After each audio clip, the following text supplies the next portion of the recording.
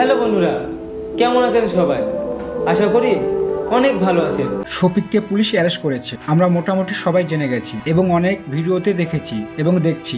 তো বন্ধুরা, শফিক কি সত্যি অপরাধী না তাকে ফাঁসানো হয়েছে? তো সমস্ত কিছু জানতে পারবে আজকের এই ভিডিওতে। তো বন্ধুরা, সবাই কেমন আছো? আশা করি সবাই ভালো আছো। আর হ্যাঁ, ভিডিওটি শেষ পর্যন্ত দেখো, সত্যটা জানতে পারবে। তোমরা সবাই জানো যে শফিক পল্লীগ্রাম টিভি চ্যানেলে কাজ করে এবং পল্লীগ্রাম টিভি চ্যানেলে প্রধান চরিত্রে অভিনয় করে। শফিক চেনে না বর্তমানে কোনো মানুষ পাওয়া মুশকিল, কিন্তু শফিক বাস্তব জীবনে কেমন সেটা হয়তো অনেকেই জানে না। তো বন্ধুরা, আজকের এই ভিডিওতে জানতে পারবো শফিক কি সত্যি অপরাধী না শফিককে কেউ ফাঁসিয়েছে। সমস্ত ডিটেলস জানতে পারবে। কিছুদিন আগে শফিককে পল্লীগ্রাম টিভি থেকে বের করে দেওয়া হয়, কিন্তু কেন তাকে বের করে দেওয়া হয়েছিল অলরেডি তোমরা জেনে গেছো। পল্লীগ্রাম টিভির মালিক রবিউল এবং হারুন শফিককে পল্লীগ্রাম টিভি থেকে বের করে দেয়। এমনকি পরে আমরা শফিকের মুখ থেকে শুনতে পেয়েছি যে শফিককে পল্লীগ্রাম টিভি থেকে বের করে দেওয়া হয়নি, শফিক নিজেই বেরিয়ে এসেছে। পল্লীগ্রাম টিভি চ্যানেল থেকে বের হয়ে আসতেই শফিক আজ অ্যারেস্ট হয়ে গেল। শফিক মধুচক্রর সাথে জড়াতো এবং তার কিছু বদ অভ্যাস ছিল। মেয়েদের সাথে প্রেম করত, মেসেজ করত,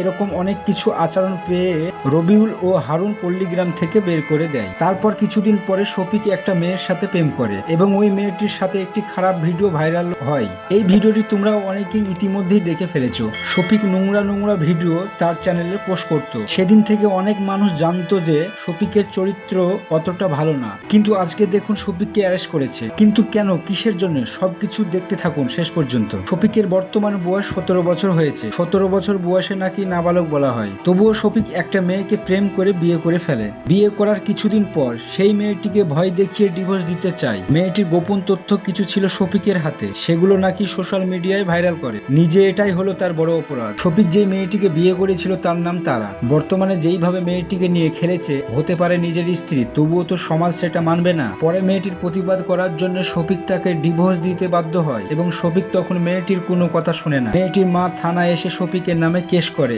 এবং পুলিশ পরে শফিককে একটি হোটেলে অ্যারেস্ট করে। তো বন্ধুরা, তোমরা হয়তো ভাবছো শফিক নির্দোষ। না বন্ধুরা, শফিক কখনোই নির্দোষ হতে পারে না। শফিক অপরাধ করেছে, আইন তাকে সাজা দেবে। সবাই ভালো থেকো, সুস্থ থেকো।